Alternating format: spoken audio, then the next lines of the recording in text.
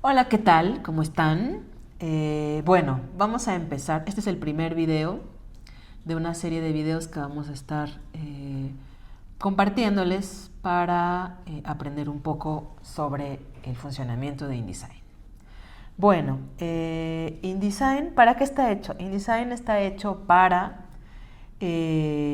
compaginar una serie de páginas y está muy enfocado a realizar proyectos editoriales. Sus antecedentes inmediatos son PageMaker y QuarkXPress.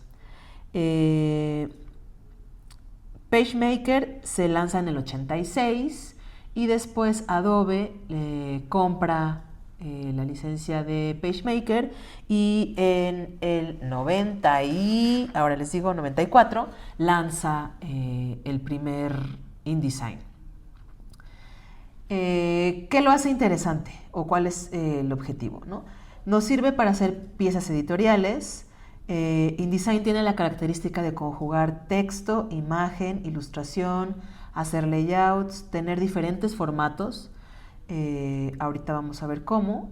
Por ejemplo, tener presentaciones, pero también tener formatos para teléfono, pero también tener formatos para impresión, etc. ¿Qué es lo importante que tiene InDesign y por qué muchos de los estudios que hacen diseño editorial o publicaciones digitales lo utilizan? Pues es posible componer de una forma multilínea. De hecho, cuando salió esta composición fue maravillosa porque pues Word también es un componedor multilínea. Entonces estábamos muy familiarizados en cómo se podía componer un texto, ¿no? No era como una máquina de escribir que yo tenía la posibilidad de, al terminar, darle un retorno de carro, que le llamaban, y regresar al inicio. Aquí esto lo hace automáticamente en cajas de texto.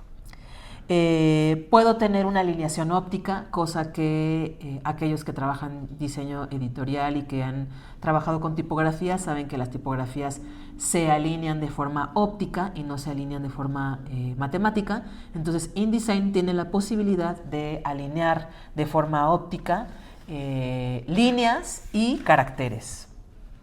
Es decir, tiene una composición de línea óptica, pero también tiene una composición de kerning óptico. Estos, ustedes van a irse encontrando a lo largo de estos 5 días con muchos terminajos raros que vamos a ir viendo poquito a poco. Y si no los vemos en clase, por favor, recuérdenme y los podemos retomar y platicar sobre ellos. Tengo la posibilidad también, InDesign tiene la posibilidad de insertar caracteres especiales, es decir, si yo tengo un texto en latín, puedo insertarlo a partir de InDesign. Si yo tengo, por ejemplo, una lista y quiero poner unos dingbats o quiero poner unos bullets, tengo la posibilidad de modificarlos y de ponerlos como yo desee. Puedo incrustar EPS, puedo incrustar Illustrators, como son hermanos, Illustrator, Photoshop e InDesign, es posible combinar sus funcionalidades y los archivos entre ellos, ¿sale? Tiene la capacidad de incluir hipervínculos, cosa que si estamos tomando en cuenta el año en el que salió, pues bueno, era maravilloso. Ahorita tal vez es como lo más normal del mundo, pero en ese momento era muy importante poder establecer un hipervínculo en un PDF o en un archivo de otra categoría, ¿no? Algo también importante que vamos a ver tal vez el día de mañana con el segundo video son los estilos. InDesign tiene la capacidad de hacer estilos de párrafo y de carácter. Entonces tengo la capacidad, a través de este programa, de modificar el ancho de línea, el tamaño de texto, el color del texto, en fin, ¿no? El tipo de letra. Puedo hacer y deshacer yo con estos estilos de párrafo las directrices de cómo quiero que se vea mi documento. Bueno, a ver, vamos a empezar. Vamos a hablar el día de hoy sobre el entorno. Una vez que vieron o que escucharon cuáles son las posibilidades de InDesign, vamos a ver el entorno. Una vez que yo le doy doble clic a el programa en mi computadora, aparece esta ventanita que dice Adobe InDesign. Yo ya sé que estoy en Adobe InDesign porque en el margen superior izquierdo me aparece el nombre y esta ventana es móvil y yo puedo identificar que, bueno, aquí dice Adobe InDesign. Tengo varias ventanas abiertas dentro de esta misma o varias secciones abiertas y puedo ir al inicio, que es arrancar InDesign sin tener la posibilidad de darle preferencias. Puedo crear un nuevo documento o puedo abrir un documento, ¿no? A partir del 2020 más o menos, InDesign creó esta ventana intermedia entre el programa abierto y yo, o las preferencias, para poder tener los recientes aquí y empezar rápidamente y saltarme algunos pasos desde esta primera ventana. Vamos a crear un nuevo documento y entonces me aparece este menú auxiliar, o esta ventana auxiliar, perdón, que tiene ciertas características. Primero me está indicando que voy a crear un nuevo documento, después me está dando detalles de los ajustes, pero también me está dando la posibilidad de elegir plantillas que ya existen o que trae por default el InDesign. Entonces tengo el primer botón con un relojito que dice que son recientes. Estas son todas los formatos recientes que hemos utilizado acá desde el centro multimedia. ¿Cuáles he guardado? Bueno, pues está guardada esta, porque en algún momento tuvimos que hacer varias series o una serie de este formato, ¿sale? Entonces tengo la posibilidad de guardar los ajustes preseleccionados para no tener que estarlos colocando en cada una de las ocasiones que yo voy a generar un documento. Y después tiene este menú que está destinado para formatos de impresión. ¿Sale? Aquí me dice que, bueno, son 10 ajustes preestablecidos, son 10 documentos los que me está presentando y evidentemente traen un formato por default que se desprende de formatos de impresión, es decir, el tamaño carta, el tamaño tabloide, el tamaño oficio, el tamaño tabloide, media carta, el legal, en fin, A4, A3, B5 o los CDs, ¿no? Todos estos están destinados para imprimir. Si dentro de estos formatos no está el formato que yo estoy eligiendo para mi fanzine, entonces puedo modificar estos detalles preestablecidos, ¿sale? Después tengo un segundo menú que me habla de formatos web, que tiene que ver con formatos para pantalla, ¿cierto? Entonces, si se fijan, las propiedades y específicamente las unidades de medida se modifican cuando yo cambio de soporte. Cuando tengo para imprimir, automáticamente aparecen milímetros, cuando tengo web aparecen píxeles y evidentemente cuando voy a hablar de pantallas móviles aparecen píxeles. En este caso nuestro fanzine no va a ser para web, va a ser un formato para impresión, entonces debo ir a mi ventana de impresión y entonces encontrar el formato. Aquí está, es este formato, media carta. De ese tamaño lo voy a hacer yo, ustedes pueden hacerlo del formato que ustedes quieran, siempre y cuando sea superior a media carta o media carta y no sea más grande que un tabloide, ¿sale?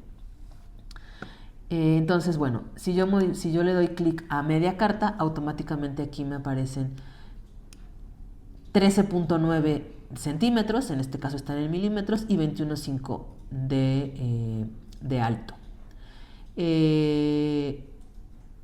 Yo recomiendo que utilicemos milímetros porque son mucho más detallados. Si yo modifico a centímetros mis unidades de medida, yo cuando me acerque y trate de retocar o de mover alguna de las líneas, de las guías, de mis textos o de mis imágenes, va a ser mucho más complicado hacerlo a partir de centímetros porque no soy tan precisa como si trabajara en milímetros.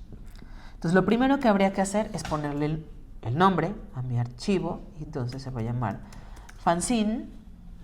Si yo quisiera guardar estos preajustes establecidos, podría darle clic aquí y entonces guardo estos ajustes y automáticamente cuando vuelva a abrir mi InDesign me aparecerá en mi apartado de guardado una ventanita que diría fanzine y tendría todas estas especificaciones, ¿no?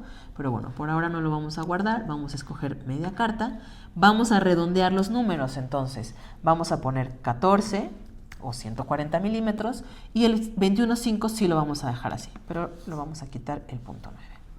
Entonces, mi orientación puede ser horizontal y fíjense cómo se invierten las medidas o vertical. La queremos vertical Páginas, como se los dije en el correo, tienen que ser 16 páginas. Vamos a comenzar en la 1.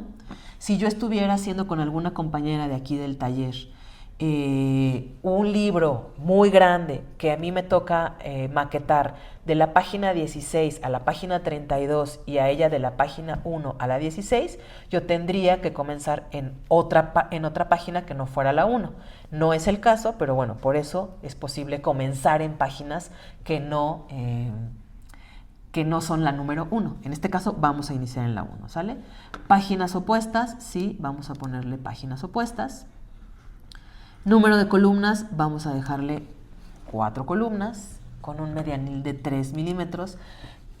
Vamos a ir viendo, me parece que el día de mañana, o si no pasado mañana, el miércoles, la maquetación en un layout fijo. Este layout va a estar compuesto de columnas, de líneas y de reglas. Estas columnas yo puedo modificarlas desde aquí o bien las voy a poder modificar desde otro menú. InDesign tiene esa ventaja. Yo puedo llegar al mismo resultado desde diferentes puntos. Es decir, tiene muchas carreteras para llegar a un mismo punto. Yo aquí puedo cambiar las columnas, pero tal vez después me di cuenta que necesito tener 2 columnas más y entonces puedo modificar estos parámetros una vez que ya haya creado mi documento, ¿sale? Entonces, bueno, vamos a dejarle 4 columnas y un medianil de 3 milímetros. Mientras más columnas tenga yo en una publicación, en un layout, más posibilidades voy a tener de jugar con el ancho de las columnas y el alto de las imágenes. Entonces, si yo tengo solamente 2 columnas en mi fanzine, evidentemente todo el fanzine va a tener que tener 2 columnas y 2 columnas y 2 columnas, hasta que terminen sus 16 páginas. En cambio, si yo tengo una maquetación de 5 columnas en una página, pero después puedo modificar y hacer una paginación diferente con 4 columnas y en un mismo documento, entonces yo tengo la posibilidad de jugar con todos estos anchos. ¿Por qué? Porque las 5 columnas me permiten armar 5, pero también 4, pero también 2, pero también 1. En fin, puedo modificar, es mucho más flexible.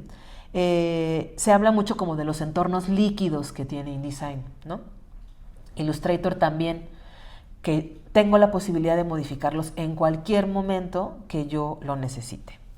Vamos a dejarle 4 columnas con un medianil de 3 milímetros.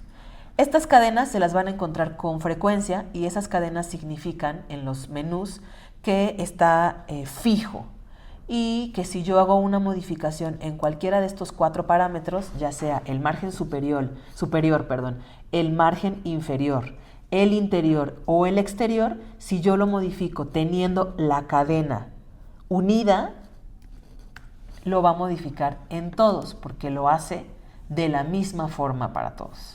¿Sale?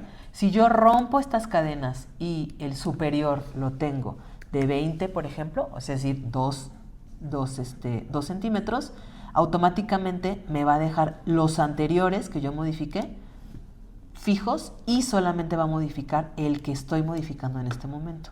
Si yo pongo la cadena, fíjense cómo van a cambiar todos los parámetros y todos se van a igualar al último número que yo modifiqué. Entonces vamos a dejarle 1 centímetro para cada uno de los márgenes y como están encadenados deberá cambiarlos todos. Sangrado y anotaciones. Es importante que siempre que hagan una publicación impresa, siempre y cuando lleve imágenes, porque a lo mejor es un texto inmersivo sin imágenes, tendrán que tener un rebase.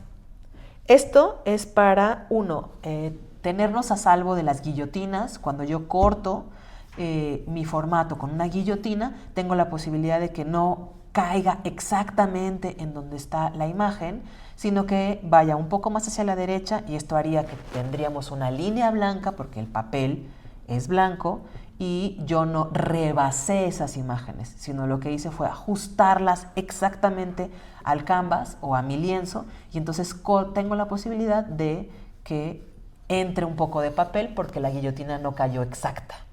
Entonces es importante que tengamos un sangrado de 5 milímetros si ustedes quieren, está perfecto.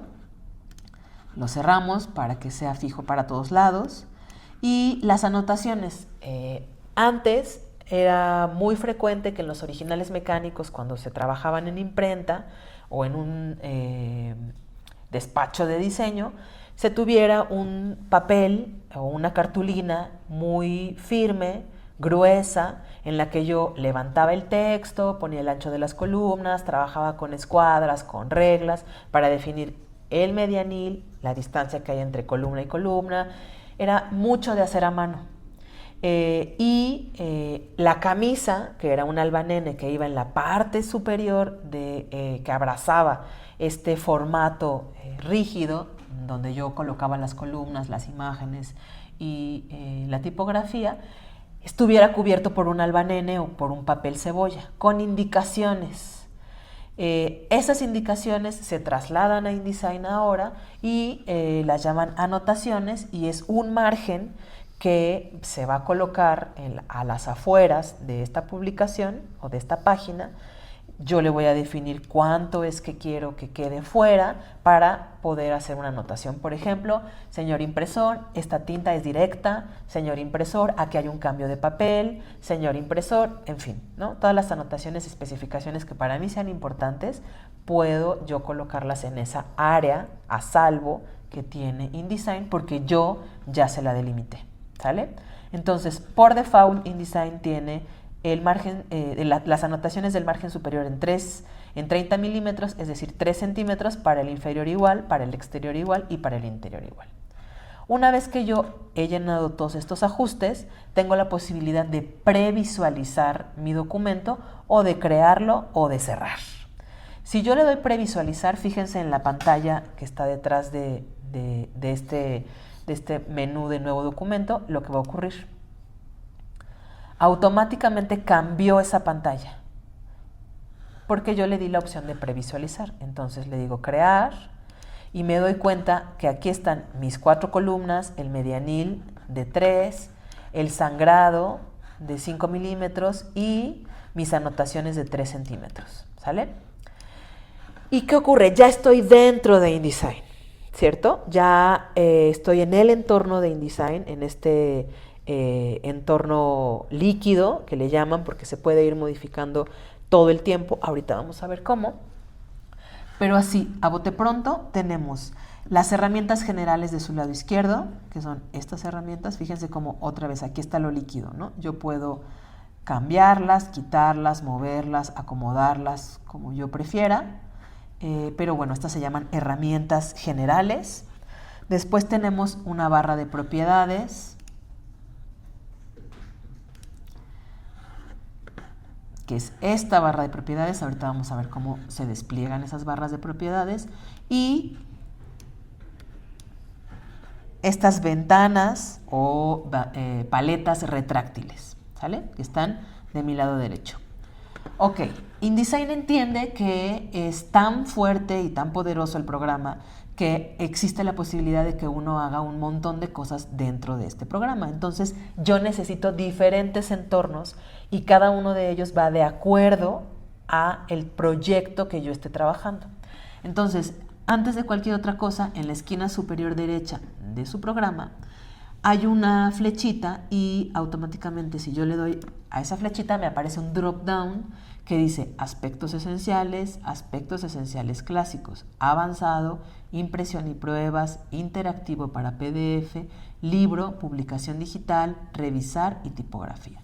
Estos son todos los entornos que InDesign me puede generar dependiendo del proyecto editorial que yo esté haciendo. Por ejemplo, vámonos a aspectos esenciales. Si yo le doy clic a aspectos esenciales, ustedes se van a dar cuenta cómo se modifica el entorno. Miren, automáticamente todas las ventanas las paso para acá, me quitó la barra de propiedades, me dejó la ventana de herramientas del lado izquierdo inamovible, pero aquí me cambió esta propiedades, esta páginas y esta bibliotecas. Son todos los menús que me despliega el InDesign a partir de que yo le puse aspectos esenciales.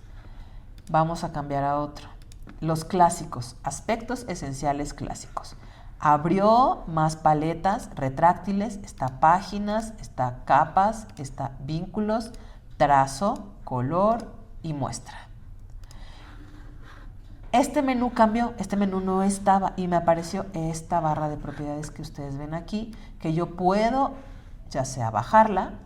Muchos compañeros prefieren tenerla en la parte superior porque aquí abajo, si yo necesito cambiar, por ejemplo, algo de mi horizonte o de algo numérico, algo que yo necesite cambiar de esta barra de herramientas, de propiedades, perdón, se va a confundir con, en el entorno de Mac, este Aladino, menú de Aladino, que se abre automáticamente. Entonces es por ello que muchos más bien prefieren tenerla en la parte superior. Si yo después cambio a avanzado, fíjense cómo se va a reconfigurar, aparecen otras paletas laterales del lado derecho diferentes, la barra de herramientas se queda siempre igual, pero esta barra de propiedades apareció. Después tengo impresión y pruebas y entonces InDesign cree necesario que yo tenga atributos, páginas, información, capas, valores, previsualización, glifos, párrafos, caracteres, es decir, todo lo que tenga que ver con impresión y pruebas. Fíjense que cuando yo cambio a entorno, por ejemplo, libro interactivo, el menú de las paletas del lado derecho cambia automáticamente. ¿Por qué? Porque para InDesign interactivo para PDF debe de contener hipervínculos, marcadores, botones y formularios, animaciones, cosas que seguramente en impresión y pruebas no están.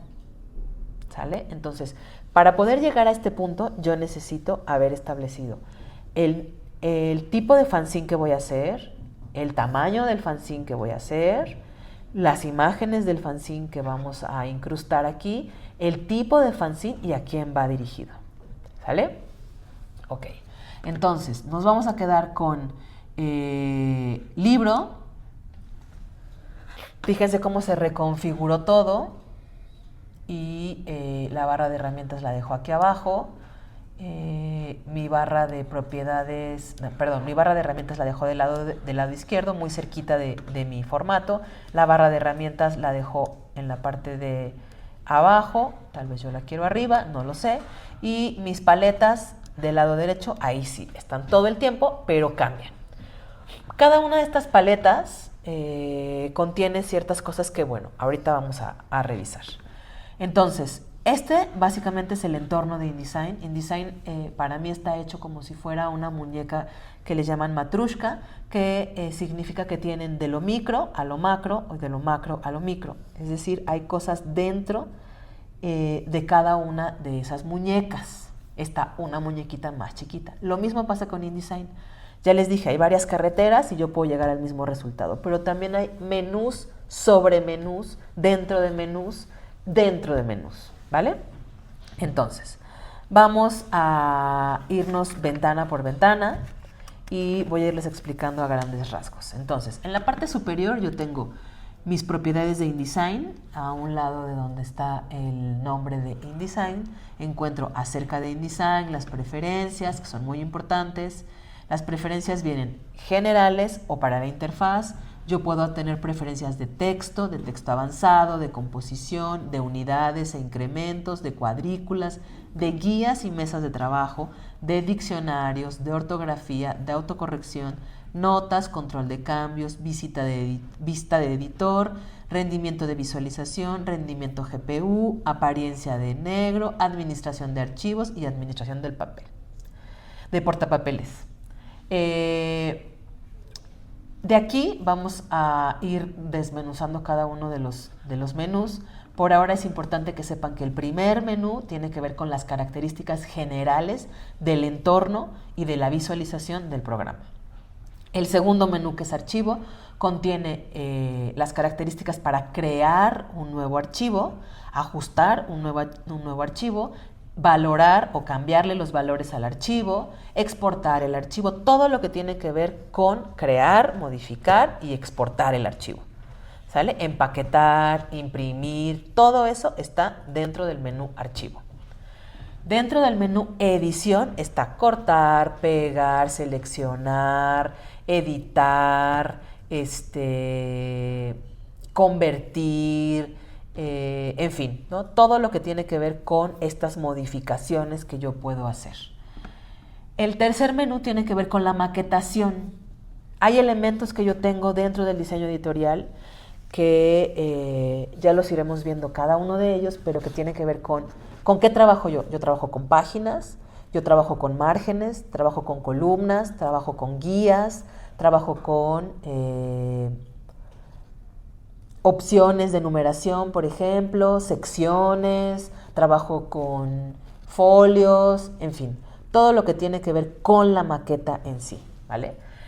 Uno de los aciertos importantísimos que tiene InDesign es que es capaz de desmenuzar el texto por completo. Entonces, dedica completamente un menú a texto y esto tiene que ver con la fuente, el tamaño, si son mayúsculas, si son minúsculas, los estilos de párrafo y de carácter, si quiero cambiar a mayúsculas o minúsculas, si tengo el texto entrelazado o no, si necesito insertar un carácter especial, si quiero ver toda la batería de glifos de la fuente, si quiero conocer el OpenType, en fin. Todo lo que tiene que ver con texto está dentro del menú texto en la parte superior. Después viene todo el menú de objeto.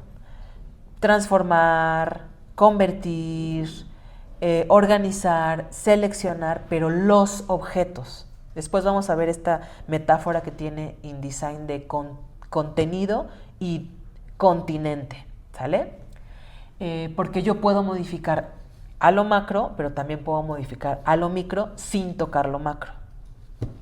Después viene el menú de tablas, y esto es para crear una tabla, eliminar una tabla, convertir textos dingbats, de la tabla a texto, ir a las filas, editar los encabezados, en fin, todo lo que tenga que ver con tablas de texto. En el menú ver puedo ver, valga la redundancia, la visualización de mi entorno, ¿sale? Puedo cambiar el pliego, rotar el pliego, visualizar las cuadrículas base, eliminar las cuadrículas base, visualizar las líneas guía, eliminar las líneas guía, en fin. En el menú ventana voy a encontrar todas las ventanas que yo haya perdido en el camino de InDesign, aparecen en este menú ventana. Entonces aquí están todas las que son posibles de aparecer si es que no encuentro la elegida para mi proyecto. Y finalmente está la ayuda. Entonces ya tenemos este menú superior, vámonos con el menú de herramientas. La barra de herramientas, como lo ven, es flotante, es este diseño líquido, pero también yo la puedo anclar del lado izquierdo, también la puedo anclar del lado derecho. Por ejemplo, ahí está. O puedo hacerla pequeñita, si es que ya sé muy bien de qué va cada uno de los menús. La puedo pasar a la parte superior, en fin. Yo la voy a dejar aquí. Para mí es mucho más conveniente del lado izquierdo porque así he crecido teniendo las barras de herramienta del lado izquierdo. Vamos a ver, ¿qué herramientas tiene esta barra de herramientas?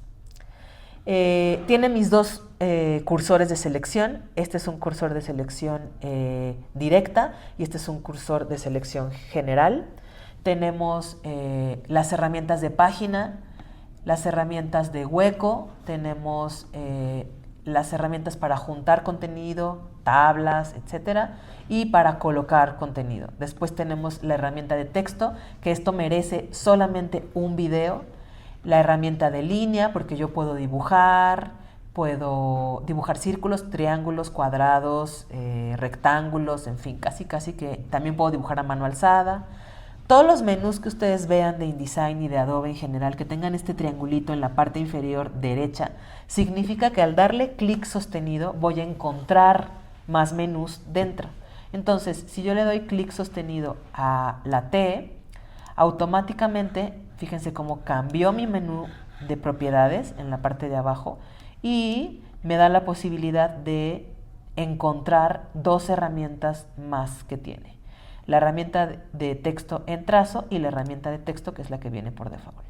Por ejemplo, si yo quiero cambiar, modificar la transformación de mi objeto,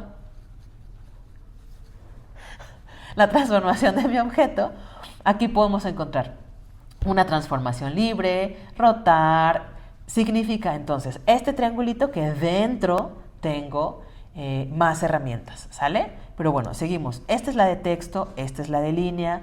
Aquí hay una herramienta de pluma.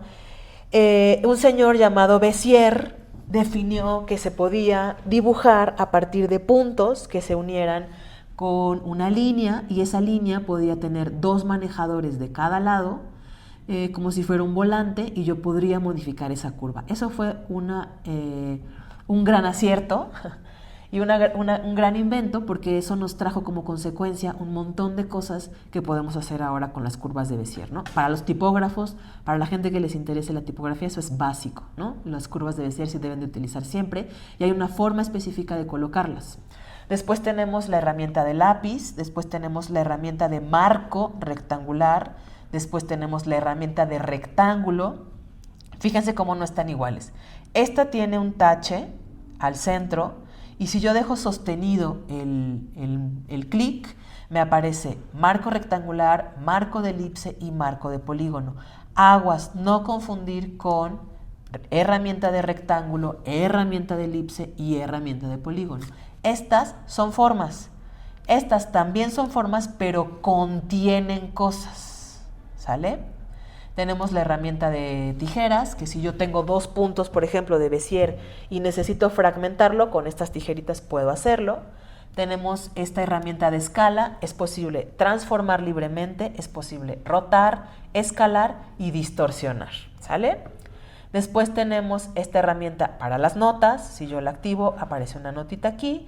Después tenemos esta herramienta de gotero, esto es también un súper acierto de InDesign porque me permite seleccionar el color, armar un tema de los colores que trae esa fotografía, por ejemplo, agregarlos y además eso mismo lo puedo hacer con las tipografías. Si hay una tipografía que tiene un tamaño y un peso específico, yo dándole clic con este gotero puedo llevarme las propiedades de esa, llevarme metafóricamente, las propiedades de esa letra para aplicárselos a otro párrafo. También lo vamos a ver un poquito más adelante con el video de texto para que les quede clarísimo. La manita que si yo doy clic sostenido puedo irme hacia la derecha, hacia la izquierda, hacia arriba o hacia abajo. ¿Vieron? Si mantengo sostenido el clic, si le doy solo un clic suelto, puedo subir y bajar de la página. Es decir, con la manita, metafóricamente, puedo moverme por todo mi entorno, ¿sale? Luego está la herramienta de zoom, que es posible tener un zoom menos, es decir, alejarme, o un zoom mayor, con la tecla Option, para aquellas personas que tengan Mac. Y finalmente están las dos opciones que tengo yo de aplicar color a mis objetos, que son el relleno y el contorno. Yo aquí puedo decir que se inviertan y que entonces el color negro llegue a mi relleno y yo no tenga un contorno, o regresarlo como estaba, ¿sale? Eso es para las figuras. Aquí está activado, para las figuras. Y esto es para el texto. ¿Cómo sé que aquí puedo modificar un texto? Pues porque me aparece la letra T, ¿sale? Aguas con contornear las tipografías. No estoy en contra de eso y a nadie voy a ir a regañar, pero hay que tener cuidado porque no siempre se ven adecuadamente y son complicadas, ¿sale?